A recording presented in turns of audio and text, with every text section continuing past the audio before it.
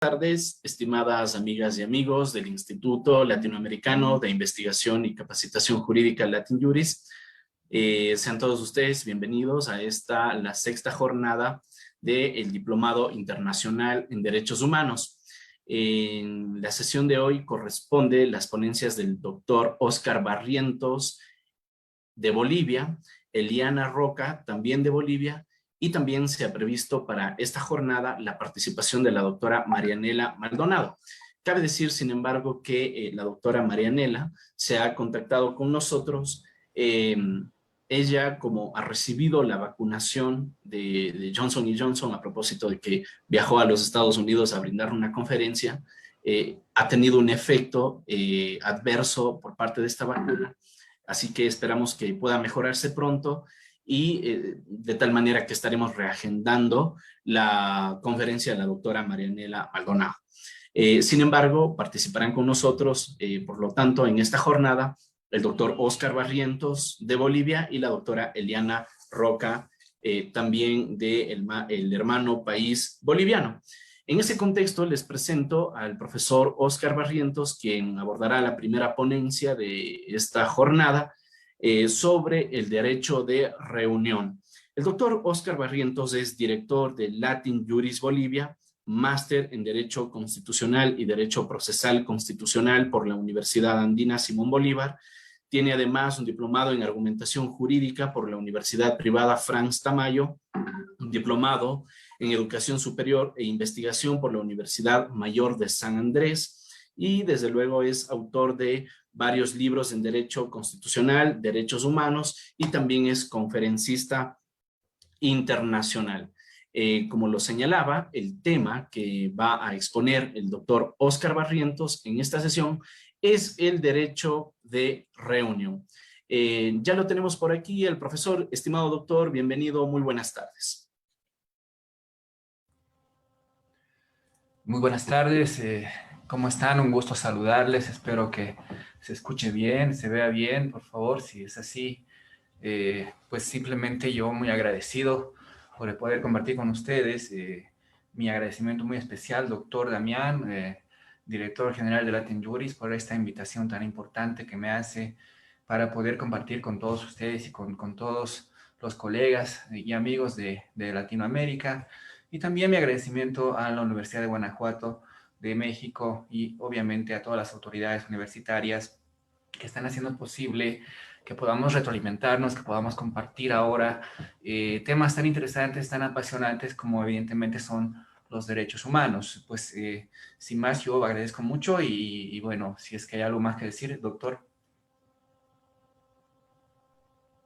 Nada, doctor, muchísimas gracias por su generosa aceptación. Para nosotros es un honor siempre escucharlo, seguir aprendiendo de los colaboradores de América Latina, y desde luego sabemos que tenemos muchísimo que aprender de las experiencias bolivianas en el ámbito de los derechos humanos, y estamos seguros que estamos frente a una de las personas más calificadas. Así que bienvenido, doctor, y pues estamos atentos a su ponencia. Muchísimas gracias nuevamente. Bueno, más que todo yo cuando acostumbro a participar en estos foros intento no hacerlo tan magistral porque me gusta mucho retroalimentarme y compartir con todos ustedes. Pero bueno, lo que sí voy a hacer ahora es un poco hablarles de un derecho fundamental e importante, que es el derecho a reunión.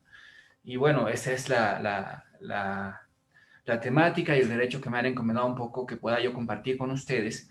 Evidentemente en ese afán yo voy a un poco utilizar mucho lo que es el Sistema Universal de Protección de Derechos Humanos, porque si bien es cierto que estamos haciendo el análisis en el marco del sistema interamericano, pues casi todos los derechos civiles y políticos tienen su génesis en el Sistema Universal, en los tratados internacionales pues más famosos como la Declaración Universal de los Derechos Humanos, por ejemplo. Y bueno, de ahí se van a ir desprendiendo, se van a ir organizando, como ustedes ya deben conocer o van a llevar a lo largo del módulo, se van a ir organizando los subsistemas de protección de derechos humanos, y ahí estará el sistema europeo, estará el sistema interamericano, estará el sistema africano, etcétera, etcétera. Y de ahí pues va a venir todo lo que es la consolidación de la garantía judicial para la protección de los derechos humanos, ¿no?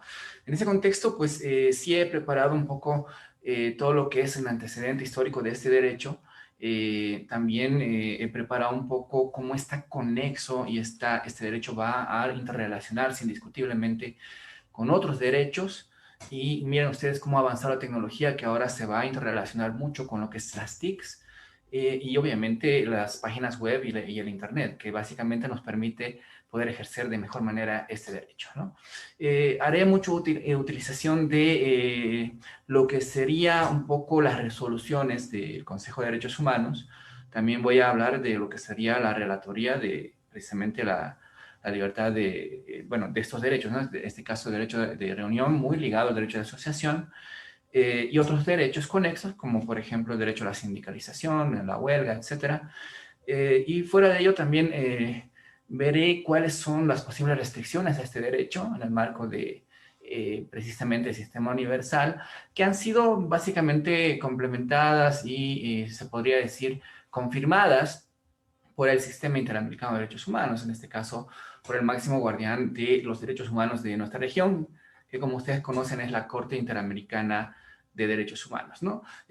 También veremos un caso muy rapidito, casi al cerrar la exposición, el caso Baena Ricardo y otros contra Panamá. Aquí tengo una especial memoria que me va a ayudar un poco a sintetizar ese caso, donde evidentemente se va a ver ya en un contexto de un caso real cómo es que se va aplicando las doctrinas de protección de los derechos humanos.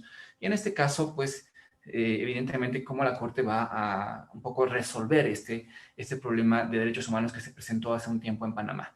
No, esa es un poco la idea, es un poco la manera en que intenté preparar esta exposición. Nuevamente les doy la bienvenida, les felicito de todo corazón porque ustedes se siguen capacitando. Miren, estamos pasando momentos muy complicados por la pandemia. De hecho, en Bolivia hay se podría decir, se ha rebasado totalmente la capacidad de los servicios médicos. Estamos en una situación muy dramática, pero bueno, continuamos capacitándonos, continuamos retroalimentándonos, porque yo creo que indudablemente el tema de derechos humanos y la educación en derechos humanos son las respuestas fundamentales para salir de cualquier crisis, y en este caso también de la crisis económica que nos va a afectar y nos sigue afectando a todos los países hermanos de Latinoamérica. No, bueno, hecha un poco esta introducción, yo cerraré en la ponencia con algunas conclusiones, como siempre lo hago. Básicamente, tal vez reiterando algunas que ya hice en otro curso, porque básicamente son los mismos razonamientos. Tenemos un sistema de protección de derechos, tenemos derechos positivizados, tenemos una protección de derechos, pero nos falta muchísimo para que esa protección de derechos sea efectiva, para que esa protección de derechos sea inmediata, como quisiéramos, para que esa protección de derechos sea política, ¿no? Que es otro gran problema que sí lo voy a comentar. Sin más, yo voy a directamente empezar a desarrollar algunos puntos. Por ejemplo, en el tema del derecho a reunión, pues un derecho, se podría decir, de primera generación por excelencia, ¿no? Aunque no me gusta usar eso de las generaciones, pero este derecho está íntimamente vinculado, les decía, con el derecho de asociación, y básicamente en el sistema universal está garantizado por supuesto, la Declaración Universal de los Derechos Humanos, más concretamente en el artículo 21, ¿no? En este artículo 21, ya de manera resumida, les recuerdo que dice la Declaración Universal de los Derechos Humanos que toda persona tiene derecho a la libertad de reunión y asociación pacíficas, ¿no? Es importante hacer hincapié en esos conceptos porque, claro, puede haber libertad de reunión para otros propósitos que no sean lícitos o que no sean pacíficos, por lo tanto no van a tener el amparo de las normas de derechos humanos, de derecho internacional de los derechos humanos, ¿no? Entonces son características importantes que vale la pena referirlas de la Declaración Universal de los Derechos Humanos, artículo 21, revísenlo por favor. También está en el Sistema Universal garantizado en el Pacto Internacional de los Derechos Civiles y Políticos, que también en el artículo 21 reconoce el derecho a reunión pacífica, estableciendo sus posibles restricciones, ¿no? Que vamos a tocarlas más adelante, ¿no? Son restricciones, obviamente, en el marco de la proporcionalidad y de acuerdo a lo que establece precisamente los informes de la relatoría, como vamos a ver más adelante. Entonces, artículo 21, Declaración Universal de los Derechos Humanos, artículo 21, Pacto Internacional de Derechos Civiles y Políticos. Les pido que sí los revisen porque son artículos que hacen que este derecho en sí esté regulado y esté protegido, ¿no? El derecho a reunión, se podría decir, un poco sistematizando, está establecido, se podría decir como un derecho genérico, ¿no? Donde van a desprenderse otros derechos, como el derecho de asociación, ya les decía, de sindicalización, el derecho de huelga, etcétera, etcétera, etcétera, ¿no? En este contexto, pues, lo que un poco quiero reflejar y centrarme es mucho en lo que es derecho a la reunión, porque estará la profesora Eliana, a quien también le mando un saludo más adelante, después de mí, hablando del derecho de asociación. Entonces seguramente va a complementarlo muy bien y también va a hablar de otras cuestiones muy relacionadas al derecho a reunión. Entonces, hecho un poco esa introducción del sistema universal, yo me permito tocar el informe 1521 del relator especial de precisamente la Organización de Naciones Unidas, del Comité de Derechos Humanos. En este informe 1521, este relator va a establecer ciertos conceptos y ciertas características del derecho a reunión que vale la pena que nosotros tengamos en cuenta para tener una concepción mucho más clara y nítida de lo que implica este derecho, ¿no? En ese contexto, pues, primero hablaré de la titularidad del derecho. En la titularidad del derecho, en esta resolución, se dice que toda persona, toda persona tiene derecho a la libertad de reunión, ¿no? Básicamente es universal y no admite ningún tipo de discriminación.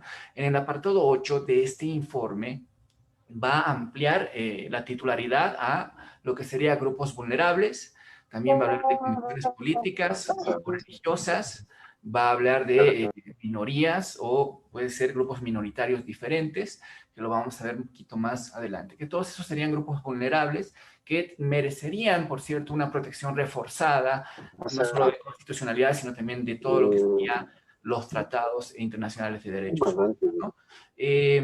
También en esta... Perdón, doctor, apague su micrófono. Justo estábamos corrigiendo a alguien, algún cursante prendió por accidente el micrófono. Ok, ahora sí se escucha. Sí. Perfecto. Sí, de más está, obviamente, como somos tantos, y a mí me encanta que haya un foro de tanta gente, de tanto hermano latinoamericano, pues sí necesitamos que los micrófonos estén apagados, ¿no? Porque de verdad que yo me desconcentro muy fácilmente y no quiero que ustedes se aburran con lo que estoy hablando, sino más bien quiero hacer la cuestión fluida y de ahí lo que más me interesa es que podamos retroalimentar al final. Les estaba diciendo que me iba a concentrar en lo que sería el informe de 20 grado 27, perdón, es el informe 15 grado 21, el primero del relator especial de las Naciones Unidas, ¿no? Y básicamente la Comisión de Derechos Humanos. Y este informe, pues ya les decía, nos aclaraba del derecho a reunión, la titularidad. Les decía que es toda persona, evidentemente, y va a ampliar esa titularidad a grupos vulnerables, a defensores de derechos humanos, también va a ampliar a personas afiliadas a sindicatos, la titularidad, va a ampliar a migrantes, o personas que difunden sus derechos, los derechos de los migrantes. Obviamente sería esto un poco, en marco de este informe, la titularidad de este derecho, ¿no? Ampliado a esos grupos vulnerables. También en este informe se habla del contenido esencial del derecho a reunión y en ese contenido esencial pues va a hablar primero que el derecho a reunión tiene una connotación muy importante con otros derechos, ¿no? Ustedes saben ahí la interdependencia, la interrelación, etcétera, de los derechos, si bien es cierto que los estamos analizando de manera, se podría decir, individualizada, derecho por derecho, ello no implica que estén separados, más bien todos están en una comunión, se podría decir, para que son parte de la dignidad humana, son parte del ser humano, entonces básicamente son como el kit que tiene el ser humano y pues básicamente se estudian, evidentemente pueden estudiar separadamente, pero se van a interrelacionar indiscutiblemente, ¿no? Y este derecho no es distinto. Miren ustedes que gracias a este derecho se pueden expresar opiniones políticas, evidentemente en el marco de este derecho a reunión, se puede participar de proyectos literarios, artísticos, actividades académicas como la que estamos teniendo. Ahorita estamos ejerciendo nuestro derecho a reunión en un foro virtual y claro, básicamente también nos permite expresar nuestras opiniones, nos permite seguir estudiando, etcétera, etcétera. Ejerces otros derechos. También están las actividades culturales, les decía, las actividades económicas, que también se van definiendo en base al derecho a reunión, en fin, muchos otros derechos y obviamente toda la planificación estratégica, que incluso que haga el Estado, va a ser en el marco del derecho a reunión, ¿no? También estamos hablando de el derecho a reunión de, por ejemplo, las asociaciones o grupos religiosos, te permite también ejercer otros derechos, en el tema de la formación, la conformación de sindicatos para defender a los trabajadores, también te permite ejercer ya otros derechos. También estamos hablando de afiliarse a los sindicatos, que básicamente se hace todo esto a través del derecho a reunión, a elegir dirigentes, etcétera, etcétera, etcétera. En resumen, el derecho a reunión va a ser un pilar fundamental de la democracia porque va a permitirnos una planificación del Estado para precisamente desarrollar políticas públicas, sino también va a permitir que todos y cada uno de nosotros podamos ejercer ese derecho a reunión para poder ejercer otro tipo de derechos, eso sí, muy relacionados a lo que son los derechos económicos, sociales y culturales, los derechos civiles y políticos, en este caso, pues evidentemente a lo que son, ya les decía, ¿no? Derechos de personas que tienen fines religiosos, el tema de defensa de los trabajadores, etcétera, etcétera, etcétera, ¿no? Entonces, básicamente ese sería, según esta resolución, vuelvo a decir, la 1521, sería el contenido esencial de este derecho y por eso sería que es tan importante este derecho. Luego hablamos de algunas limitaciones, ¿no? Que también están establecidas en esta resolución y que han sido también reforzadas por la Comisión Interamericana de Derechos Humanos. Y bueno, en las limitaciones, pues básicamente nos tenemos que remitir a lo que sería el Pacto Internacional de Derechos Civiles y Políticos y el Pacto de Derechos Económicos, Sociales y Culturales, ¿no? En las limitaciones, pues básicamente es casi uniforme, casi todos los derechos, no hay derechos absolutos, siempre pueden ser sujetos de restricciones. Pero en el caso del derecho a la reunión, las restricciones están establecidas expresamente en estos dos instrumentos.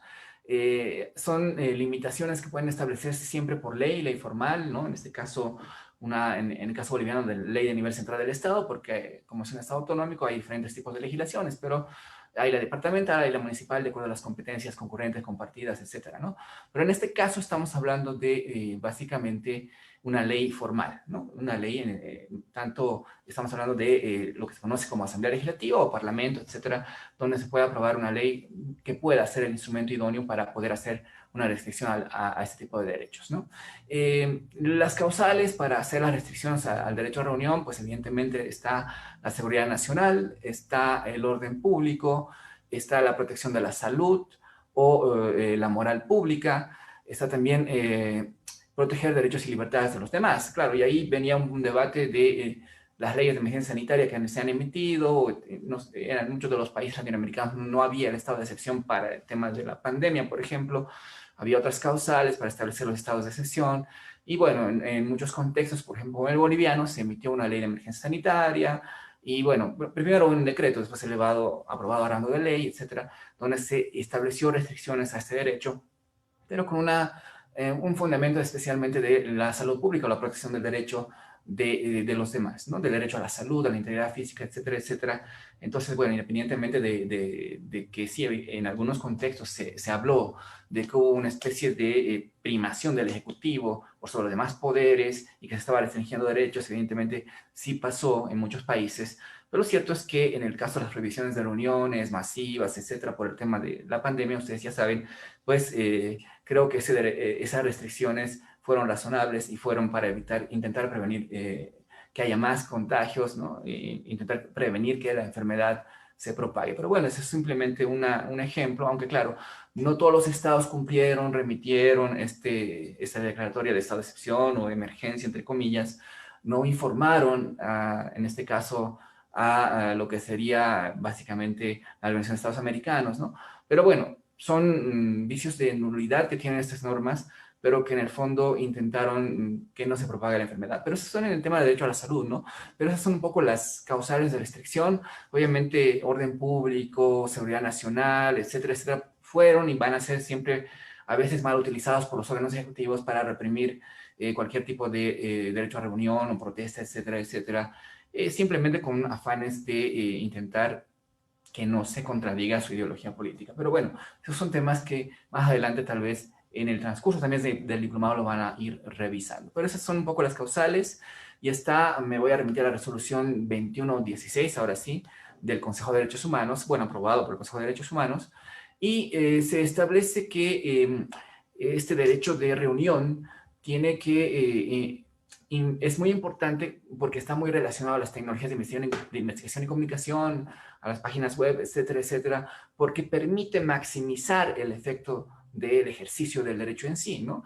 Lo que va a pasar es que este tipo de reuniones pacíficas van a obligar, a través de estas recomendaciones, de esta resolución, a que los estados puedan facilitar el acceso a Internet para que todos podamos ejercer este derecho a reunión. Es una recomendación que está en esta resolución. Y también en esta resolución se habla de la conexitud del derecho a reunión con la transparencia y rendición de cuentas públicas, por ejemplo.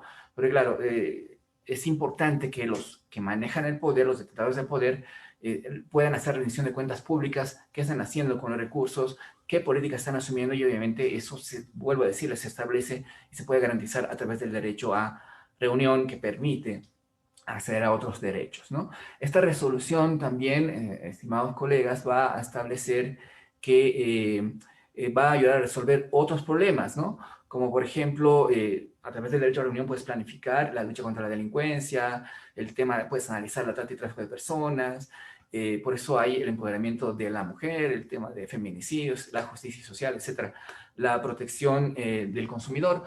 Por eso es que nuestras leyes, en el caso boliviano, tenemos en el marco de este derecho a reunión una serie de comités interinstitucionales y también donde participa la sociedad civil, etcétera, donde se reúnen precisamente y pueden intentar diseñar políticas públicas para poder mejorar el ejercicio de los derechos de todos y todas, ¿no? Pero bueno, es importantísimo porque tiene relación y está establecido en esta resolución. Y bueno, finalmente, no finalmente, sino voy a seguir desarrollando esta resolución.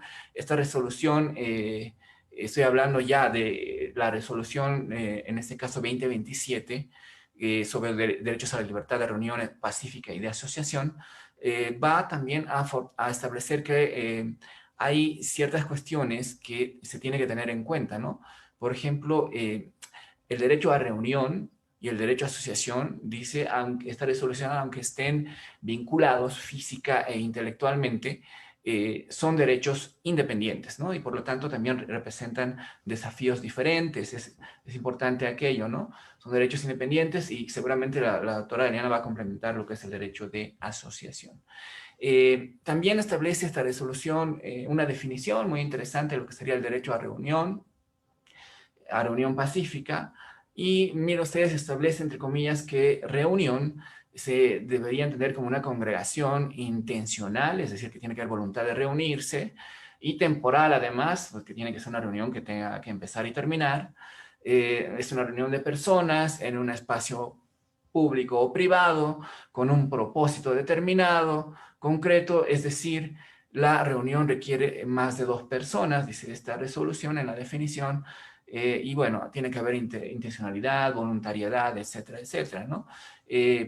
Tiene que haber, tiene que desarrollarse en lugar y tiempo determinados, como les decía, y bueno, pues está contemplado en esta resolución, en el derecho a reunión, por ejemplo, lo que sería las asambleas, las huelgas, que también están consideradas acá como derecho a reunión, las procesiones, las concentraciones, etcétera, ¿no? Las manifestaciones también están consideradas dentro de lo que sería la definición de lo que sería derecho a reunión pacífica.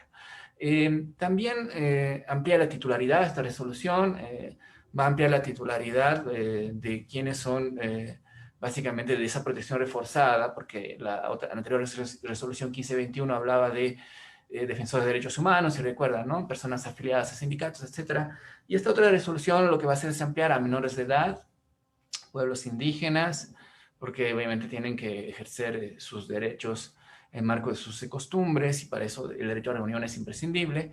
Personas con discapacidad, que también evidentemente van a ser titulares indiscutibles de este derecho. Minorías, ya sea por temas de LGBTs, por temas de orientación sexual, etcétera. Incluso asociaciones, dicen no registradas, es decir, que no tengan personería jurídica, igual van a ser titulares del derecho a reunión, porque para el comité y bueno, la aprobación de este Consejo de Derechos Humanos, pues son formalidades que se pueden cumplir, pero que no deben impedir el ejercicio del derecho a reunión, ¿no? Entonces, básicamente, un poquito eso quería apuntar y bueno, También este informe 2027 establece algunos límites y ya va a complementar lo que establecía el Pacto de Derechos Civiles y Políticos y el Pacto de Derechos Económicos, Sociales y Culturales. Ya les decía, ¿no? Orden público, protección, salud, etcétera, moral pública, y va a desarrollar ciertos límites más, o sea, para que puedan ser aplicados al derecho a reunión. Por ejemplo, cuando se trate de cuestiones relacionadas a la apología del odio, racial, religioso o cualquier tipo de apología que discrimine, también va a ser causal de limitación de este derecho. La hostilidad y la violencia, estamos hablando de puede ser convocatorias a marchas, a protestas, pero que sean violentas, que no sean pacíficas. Entonces también va a ser, puede ser sujeto a restricciones. Eh, la lucha contra el terrorismo está establecido también acá. La seguridad y el orden público reforzado ahora con esa lucha contra el terrorismo. Los estados de excepción, los excepcionales, conflictos armados, procesos electorales. Bueno, y es natural que ustedes saben que cuando se tiene que ir a votar siempre se dice, pues ahora hay ley seca, acá se llama ley seca, ¿no? Entonces se dice que ya no puedes salir, no puedes reunirte, no puedes ejercer ese derecho a reunión, etcétera, etcétera, sino que tienes que mantenerte en tu casa, ¿no? Básicamente también son causales de restricción de este derecho y están establecidos en esta resolución, establecidos como límites al derecho a reunión. Ahora, otro punto importante de esta resolución es el que establece también si el derecho a reunión tiene que estar sujeto a una autorización estatal. Y eso es importante porque esta resolución determina que el derecho a reunión no debe supeditarse a la obtención de una autorización previa de las autoridades, dice, ¿no? Es decir, si realmente se requiere autorización o si en los contextos de los países existen normas que te pidan autorización para ejercer ese derecho a reunión, dice que esta resolución que tiene que haber un plazo perentorio de respuesta de por lo menos máximo de 48 horas y la respuesta tiene que ser fundamentada y motivada, ¿no? Es decir, que tienen que darte una autorización. Ahora, si es necesario realmente que te hagan la autorización, no puede aplicarse aquello, dice, a reuniones espontáneas, es decir, que reuniones que se dan en un momento sin que se hayan planificado, no puedes tú tramitar una especie de, se podría decir, autorización estatal para que te permitan ejercer el derecho a reunión. Lo cierto es que por regla general no debería intentar supeditarse el derecho a reunión a una autorización estatal, y si se fuera el caso, pues lo que te pide esa resolución es que simplemente tú puedas comunicar para qué es la reunión, cuándo se va a desarrollar, etcétera, etcétera, y bueno, el lugar donde se va a desarrollar, ¿no? Pero la respuesta a tu solicitud para que te permitan hacer la reunión tiene que ser máximo en 48 horas según esta resolución, no puede haber mayor dilación y tiene que ser incluso por mecanismos utilizando la tecnología, puede ser a través de correo electrónico, puede ser utilizando las TICs, etcétera, etcétera, donde tú puedas interactuar con el Estado para poder lograr esta autorización para ejercer ese derecho a reunión. También habla esta resolución, miren ustedes qué interesante, de las reuniones simultáneas. Dice que más bien debe fomentarse las reuniones simultáneas y habla de que debe tratarse de que se lleven adelante. Solamente hay que tener en cuenta, dice que se lleven conjuntamente, aunque en forma separada en el espacio, ¿no? Pueden ser que se hayan reuniones simultáneas en diferentes lugares y no debe prohibirse aquello, sino que debe intentar garantizarse que se pueda ejercer ese derecho a reunión. Obviamente todo lo que les digo es doctrina, ¿no? Porque en la práctica a veces sí hay restricciones y muy, muy fuertes, especialmente cuando se trata de protestas contra los gobiernos. También esta resolución habla de los TICs y establece que los estados deben mejorar el acceso a Internet, deben asegurar el acceso a Internet en todo momento, dice. Establece que cualquier corte de un sitio web relacionado precisamente a la convocatoria, a una reunión, no puede ser bloqueado, no puede ser filtrado, no puede ser prohibido, salvo por la autoridad judicial competente en el marco de un debido proceso, en un caso concreto, y no puede ser simplemente por voluntad del gobernante, ¿no? O de los gobernantes de turno. De hecho, se ha producido una serie de bloqueos, ustedes saben, en muchos de nuestros países hermanos, donde incluso hay restricciones, ¿no? En el tema de Internet, al haber restricciones en el tema de Internet, evidentemente no puedes ejercer ese derecho a través de esos mecanismos tan importantes que maximizan el efecto del ejercicio de ese derecho. Después yo voy a hablar de la resolución 21/16, también de la Organización de Naciones Unidas, y pues en esta resolución, perdón, voy a desbloquear esto para que no se me pierda el documento que yo quiero compartirles. En esta resolución se habla de alguna manera de algunas características que deberían tener este tipo de reuniones, ¿no? O sea, habla de estas limitaciones en las TICs, me refiero, por parte del Estado, y esta resolución va a potenciar aquello. Miren ustedes algunas cuestiones muy interesantes que les voy a comentar. Primero dice, las personas que publiquen en los medios sociales los llamamientos, páginas web, etcétera, blogs, etcétera, para organizar una reunión o para convocar una reunión, dice esta resolución, no deben ser consideradas organizadoras de esta, ¿no? O sea, no por el hecho que tú estés convocando o estés compartiendo una reunión que te interese, esta resolución dice que no necesariamente tienes que ser considerado como que tú estás organizando. Segundo, dice que debe permitirse a los organizadores o participantes de estas reuniones convocadas el acceso a Internet en todo momento. Es decir, que no podrías hacer un corte para evitar que el derecho a la reunión se ejerza a través de las TICs o el Internet y las páginas web, etcétera, ¿no? También establece otra cuestión muy interesante. Miren ustedes que todo bloqueo, reforzando lo que les decía al principio, contenido, dice, a cargo de contenidos, de convocatorias a reuniones, etcétera, debe ser siempre establecido por autoridad judicial, pero no solo por una autoridad judicial, sino que esa autoridad judicial tiene que ser evidentemente independiente, imparcial y debe estar en el marco de una investigación relacionada a un proceso, ya sea penal, etcétera, etcétera. No puede ser arbitrariamente bloqueado algún contenido o alguna reunión, y por supuesto que tampoco puedes bloquear temporalmente el acceso a las TICs, no solo antes de la reunión, durante la reunión o después de las reuniones pacíficas, ¿no? Entonces, claro, lo que va a pasar es que, digamos, si hay una protesta muy fuerte y que contra un gobierno X o Z y tú, pues, realmente ves una gran cantidad de gente y dices, bueno, corten la transmisión o bloqueen ciertos contenidos, pues, evidentemente lo que estás haciendo es contradecir lo que dice, lo que dice esta resolución. Bueno, básicamente estás vulnerando el derecho a reunión, ¿no? ¿Se da mucho? Pues sí se da mucho. Que sea prohibido, que te digan la doctrina de la Organización de Naciones Unidas, del Comité de Derechos Humanos, etcétera, a través de sus resoluciones o de sus relatorías, que te digan todo esto, pues es interesante, pero que lamentablemente no necesariamente se va a venir a cumplir, ¿no? Y bueno, también recomienda esta resolución que en las reuniones ya, independientemente sean físicas o sean a través de los medios de las TIC, etcétera, que estén siempre, que estén siempre los observadores de derechos humanos. O sea, que básicamente las personas que están trabajando en derechos humanos estén siempre en calidad de observadores para que de alguna manera se pueda evitar violencia, manifestaciones, etcétera, represión desmedida o desproporcional, que no es novedad, ¿no? Miren ustedes que ya un poquito, ya comentando algunos casos de mi país, se ha dado mucha represión de reuniones pacíficas.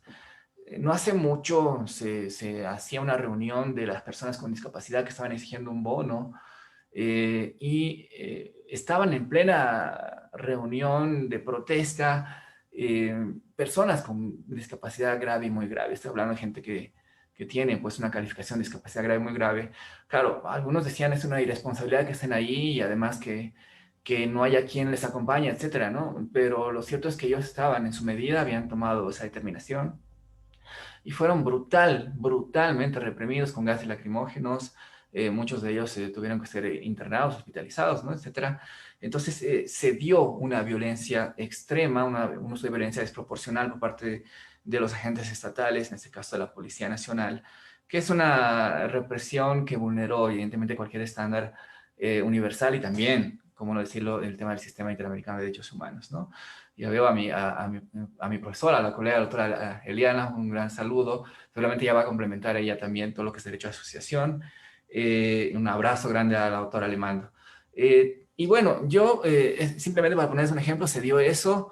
Y bueno, se dieron una serie de cuestiones muy complicadas. Por ejemplo, vieron ustedes que en un contexto se criticó que hubo ciertos movimientos en el marco del derecho a la reunión financiados, ¿no? ¿Para qué? Para que causen inestabilidad, para que de alguna manera se ocasione una especie de desorden público. Eso pasó no hace mucho, cuando el presidente saliente Evo Morales dejaba un poco el cargo, y claro, hablan mucho de golpe de Estado, pero ese es otro tema, yo no quiero meterme a eso porque tengo una opinión muy, muy clara sobre aquello. Lo cierto es que salieron, ni bien renuncia, hay un vacío de poder, salen grupos organizados, afines al gobierno de ese entonces, y producen una serie de destrozos, una serie de cuestiones que básicamente están registrados en medios de comunicación, son de conocimiento público. De hecho, mi querida ciudad de La Paz fue destrozada en muchos lugares, públicos fueron destrozados, se quemaron buses, etcétera, etcétera. Fue una cuestión muy, muy compleja. Y claro, se criticaba y pues, está en el marco de derecho a reunión, pero esa reunión era de grupos violentos porque estaban con armas, incluso se puede decir armas blancas, estaban algunos en estado de ebriedad o bajo influencias de, qué sé yo, creo que hasta drogas. Entonces, fue un tema para analizar realmente, ¿no? Y para ver realmente que eso puede ser complejo y bueno, ameritaba evidentemente la intervención de la fuerza pública, que fue rebasada, por cierto. Pero bueno, hasta ahí cierro un poco ese comentario, el tema de los discapacitados que fueron reprimidos en plena protesta social, el tema de estos grupos que se decía, y además que había afirmaciones de que fueron financiados para ocasionar desorden público. Hay otro ejemplo muy claro en el país de la marcha del TIBNIS, ¿no? Una marcha de la comunidad, de varias comunidades indígenas, originarias campesinas que estaban en el marco de su derecho a la reunión y a la protesta, estaban protestando, valga la redundancia, porque se construye una carretera en medio Tibnis, ¿no? Que ya estaba todo, está con llave en mano, porque eso no había consulta previa, no se les había consultado, etcétera, etcétera. Y miren ustedes que en plena marcha para venir a protestar acá, fueron interceptados y evidentemente fueron muchos torturados. Es un tema muy complejo, por eso les digo, el tema de derecho a reunión, que implica otros derechos, pues evidentemente no es respetado en su real dimensión, tal vez porque incluso el aparato estatal desconoce estas recomendaciones de los organismos internacionales, en este caso del Sistema Universal, desconoce estas resoluciones, o tal vez simplemente porque básicamente nos falta construir una cultura de respeto a los derechos, nos falta construir una cultura de también respeto a lo que sería el contenido esencial de este derecho y que se va a interrelacionar con muchos otros derechos, ¿no? Y bueno, ya casi para cerrar, yo establecería que básicamente el derecho a reunión pacífica en el sistema interamericano de protección de derechos humanos, ya muy, muy de pasada, porque yo les decía que la base siempre es el sistema universal y los pactos y la Declaración Universal de los Derechos Humanos, está establecido, pues evidentemente, en el artículo 15 de la Convención Americana de Derechos Humanos, donde establece básicamente que el derecho a reunión pacífica tiene que hacerse sin armas, y eso es una cuestión que, por ejemplo, no está en el sistema europeo, y mantiene el principio de reserva de la ley que establecía los pactos. Ya les decía, ¿no? Que debe ser limitado exclusivamente por los parlamentos o las asambleas legislativas en marco de una ley formal, general, etcétera. Y además proporcional, deben demostrarse la necesidad de esa restricción, no puede ser el capricho del gobernante o de los legisladores, y no puede hacer desaparecer el derecho además, ¿no? Sino que tiene que simplemente restringir el derecho por un periodo limitado, etcétera, etcétera, en el marco de la proporcionalidad que tiene que haber entre la restricción, la necesidad y utilidad de esa restricción, etcétera, etcétera, ¿no? Básicamente va a mantener el mismo texto de los pactos que ya les he referido, y va a un poco ampliar a otros derechos Protocolo de San Salvador, que es un protocolo adicional a la Convención Americana de Derechos Humanos, y también está el protocolo de la abolición de la pena de muerte, ¿no? Que básicamente son una extensión de lo que sería la Convención Americana de Derechos Humanos. Cuando ustedes estudien la convención, nunca se olviden de estudiar ambos protocolos porque siempre son su complemento, ¿no? Y básicamente están ahí ambos documentos. En ese artículo 8, pues va a reforzar básicamente lo que son derechos sindicales, derecho a la huelga, a no pertenecer a sindicatos si tú no quieres, etcétera, etcétera, o a no pertenecer a sindicatos de manera obligatoria. Y básicamente está refrendado en estos instrumentos internacionales de derechos humanos, ¿no? En el caso del sistema interamericano, vuelvo a decir, es la convención en ese artículo, el protocolo de San Salvador, también en ese artículo, que es un protocolo adicional y complementario, que va a venir a un poco a complementar lo que serían los derechos civiles y políticos, que generalmente están garantizados en el Pacto de San José, y va a ampliar en la aplicación de lo que serían los derechos económicos, sociales y culturales, va a ampliar un poco más la protección, que era un tema que se había criticado precisamente del Pacto de San José de Costa Rica, ¿no?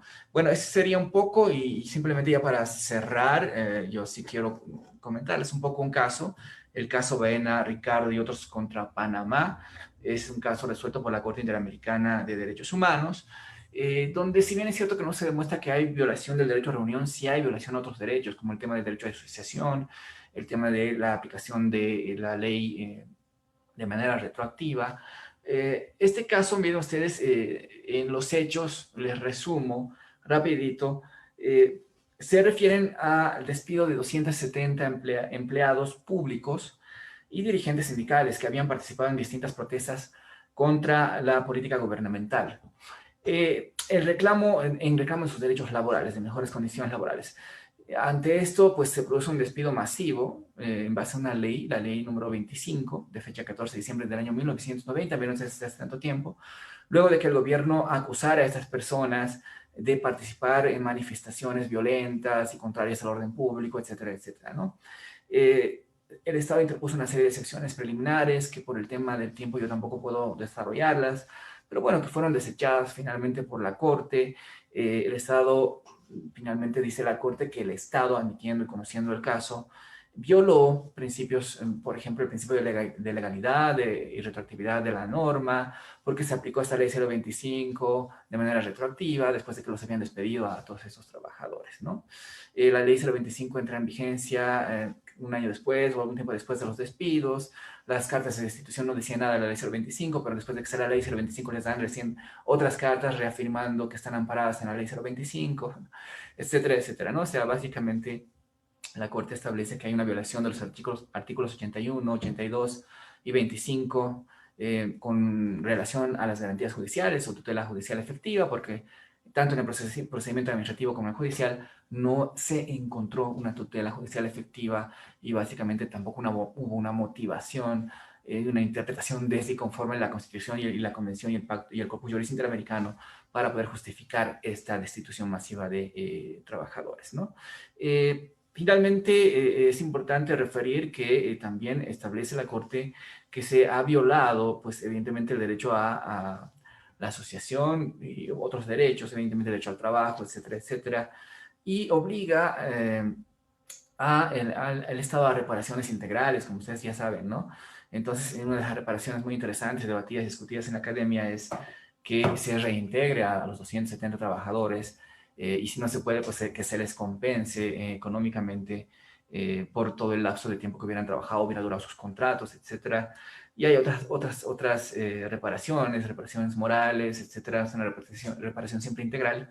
De todas maneras, yo les mando en el grupo de material estos casos, les mando los pactos, les mando el protocolo, les mando las resoluciones que he nombrado para que tengan un complemento de lo que he expuesto, que ojalá haya podido sistematizar de alguna manera lo que es este derecho de reunión tan importante y que puede garantizar evidentemente otros derechos. Sin más, yo quisiera cerrar, no sé si estoy todavía con tiempo, doctor, o tengo algunos minutos todavía. ¿Cómo voy con eso? Estamos sobre el tiempo, doctor. Ya, entonces voy a cerrar rapidito, simplemente con algunas recomendaciones. Miren ustedes, es importante tener este tipo de eventos porque nos permiten conocer mejor el sistema, Y al conocer mejor el sistema, evidentemente hacemos una mejor defensa de los derechos humanos. Yo criticaba mucho porque el sistema estaba cerrado mucho a ONGs, lo digo así, y a ciertas cuestiones que parecerían que son los únicos que pueden manejar el litigio interamericano, y que eso hay que cambiarlo, ¿no? Porque el litigio interamericano en la concepción de la Convención Americana de Derechos Humanos es universal, o sea, incluso dice que cualquier abogado lo puede hacer, pero eso que pasa en la práctica no se ha visto. Y este tipo de eventos nos ayudan a corregir aquello, nos ayudan un poco a que democraticemos el litigio interamericano, y eso es importante. Segundo elemento, creo que es importante que de alguna manera el sistema interamericano se fortalezca. Yo no quiero decepcionarlos, no quiero ahorita desmotivarlos, pero el plazo que tardan en tramitar una petición en la comisión y pasar a la corte es un tema que no se ha podido corregir hasta el día de hoy y que siempre hemos intentado criticarlo desde todos los foros. ¿Por qué pasa esto? Porque los estados no quieren que haya un sistema efectivo, no quieren que haya un sistema inmediato, no quieren que haya una protección efectiva. Nadie quiere control del poder y los estados que son los poderosos no quieren control de ese poder, ¿no? Por eso es importante que se refuerce el sistema interamericano, que los jueces sean jueces permanentes, etcétera, que las sesiones sean permanentes y además que los jueces tengan remuneración para que sea un sistema que funcione. Hay que cambiar el sistema de peticiones, esos plazos que hay y que no se pueden corregir. Hay que cambiar un poco ese embudo que se ha vuelto una traba para que podamos acceder a la corte. En fin, son cosas que vale la pena de alguna manera que nosotros podamos intentar sugerir mejores soluciones. Hay algunos trabajos que he escrito, los comparto también con el doctor Damián, sobre este tema de las peticiones y también sobre la Convención Americana de Derechos Humanos, que con mucho gusto se los voy a compartir, en un tema de control de convencionalidad más que todo. Y bueno, finalmente yo creo que los estados tienen que ponerse la camiseta de los derechos humanos de verdad. Como digo, nunca han querido control, nunca han querido ser controlados, y eso ha hecho que tengamos como diseño un sistema interamericano que es rescatable, es orgullo de todos nosotros latinoamericanos y de los países que lo conforman todavía, pero que en la práctica tiene muchos problemas, especialmente en lo que sería el acceso a la justicia pronta, oportuna, sin dilaciones, etcétera, ¿no? Miren ustedes que más jurisprudencia tampoco existe, porque no son muchos casos tampoco, entonces ahí hay una serie de problemas que hay que intentar corregir, y los estados son responsables porque finalmente ellos son los que llevan la voz, ellos son los que están en las reuniones de la OEA, etcétera, etcétera, también de la ONU, y tenemos nosotros como sociedad civil intentar que ello cambie, intentar que desde los foros podamos intentar que las cuestiones que tanto tiempo no se han podido cambiar se cambien finalmente. Y bueno, cerrando sobre el derecho a la reunión, como ustedes ya saben, es un derecho fundamental, importantísimo, pero muy, muy vulnerado, muy violentado. Sería interesante tener estadísticas de cómo está el derecho en Latinoamérica, cómo está en Bolivia, cómo está en sus países, qué represiones hay y con qué consecuencias, porque dependiendo del contexto democrático, va a tener mayor importancia este derecho, ¿no? Si es un contexto democrático cuestionado, si es un contexto democrático, entre comillas, dictatorial, pues básicamente el derecho a reunión va a ser totalmente vulnerado, porque va a traer como consecuencias detenciones ilegales, arbitrarias, va a tener como consecuencia una reacción desproporcional del Estado, utilización de agentes químicos, utilización de armamento letal, etcétera, etcétera, etcétera. Y bueno, si se trata de sociedades democráticas, pues el derecho a reunión tendrá que ser trabajado y tendrá otro impacto, ¿no? O sea, tendrá un impacto más para ejercer otros derechos, pero no como en el contexto de los estados donde realmente hay una vulneración masiva de derechos humanos, ¿no? Bueno, finalmente yo con esto cierro, les agradezco mucho, entiendo que solo somos dos expositores, así que por eso también me he permitido un poquito seguir desarrollando algo, pero por respeto a la profesora, a la doctora Eliana, pues yo también voy a ir cerrando esta transmisión desde La Paz, Bolivia, pues también atento a si tienen alguna retroalimentación. Excelente, estimado doctor. Muchísimas gracias. Por aquí tenemos un par de preguntas. En primer lugar, Wendy Rodríguez dice, muchas felicidades, doctor. Gracias por la ponencia. La pregunta es, dentro del rol de la libre asociación, ¿cuál es la protección del derecho a la asociación de las personas jurídicas en la protección de los derechos humanos? Tenemos además, la siguiente pregunta es de María Fernanda Durán. Dice, buenas tardes con todos, mi estimado doctor Barrientos, felicitaciones por su brillante ponencia. Quisiera saber hasta qué punto o cuál es el límite que el Estado debe garantizar la reunión pacífica. ¿Cómo mido bajo la normativa internacional el término pacífica? Esas son las preguntas que tenemos, estimado doctor, y luego vamos inmediatamente con la ponencia de la doctora Eliana. Bueno, muchas gracias por las preguntas. En el caso de la primera pregunta, pues evidentemente ya les decía que la recomendación esta de las resoluciones, incluso de la Comité de Relatoría de los Derechos Humanos relacionadas a este derecho, pues establecen que básicamente el derecho a la reunión debe garantizarse a personas registradas y no registradas, es decir, que tengan o no personalidad jurídica. Lo cierto es que es importante que sí tengan personalidad jurídica, pero muchas veces hay muchas trabas que el mismo Estado pone para que las personalidades jurídicas puedan tener la capacidad que necesitan, ¿no? Eso nos ha pasado con algunas organizaciones académicas que necesitamos, necesitamos una personalidad jurídica nacional y era muy difícil sacarla. Tenía una serie de trabas. Entonces creo que, claro, en el tema de las personas jurídicas evidentemente tiene mucho que ver con cuál es la finalidad, si es lucrativa, no lucrativa, si es de investigación, si es académica, etcétera, si es una ONG, si va a apoyar derechos humanos, etcétera, etcétera, etcétera, ¿no? Lo cierto es que el derecho a reunión sí, evidentemente tiene que cumplir, si tú quieres establecer ciertas actividades, tienes que cumplir con la normativa, las normativas de los estados, pero hay que tener en cuenta también estas recomendaciones, ¿no? Las legislaciones tienen que ser muy amplias, debe aplicarse siempre el principio pro actione, debe aplicarse siempre de alguna manera una interpretación más favorable para que se pueda tener una mayor cantidad de asociaciones y personalidades jurídicas, ¿no? Es importante aquello, ¿no? De alguna manera eso refuerza, como les decía, el ejercicio de otros derechos. A través de las asociaciones y personalidades jurídicas, pues básicamente se hace una serie de cuestiones. El caso que les he referido, por ejemplo, ha sido defendido por SEGIL, ¿no? Por excelencia, una ONG que tiene personalidad jurídica, etcétera, etcétera, y que hace la defensa del litigio interamericano de una manera brillante, se podría decir, ¿no? Pero bueno, es necesario sí fomentar ese derecho a reunión y obviamente garantizar que las asociaciones y personalidades jurídicas no tengan tantas trabas y pueda ejercerse plenamente este derecho en relación con otros derechos, por supuesto, como el derecho a la asociación. Y bueno, en el caso de la segunda pregunta, pues por reunión pacífica obviamente se entiende que no tiene que ser violenta, menos que tiene que tener armas. Eso lo refuerza muy bien la propia convención, a diferencia del sistema europeo que no habla de eso. No puede tenerse sin armas, dicen, ¿no? O sea, y en concepto general, ¿no? Sin armas, puede ser de fuego, puede ser, etcétera, otro tipo de armas.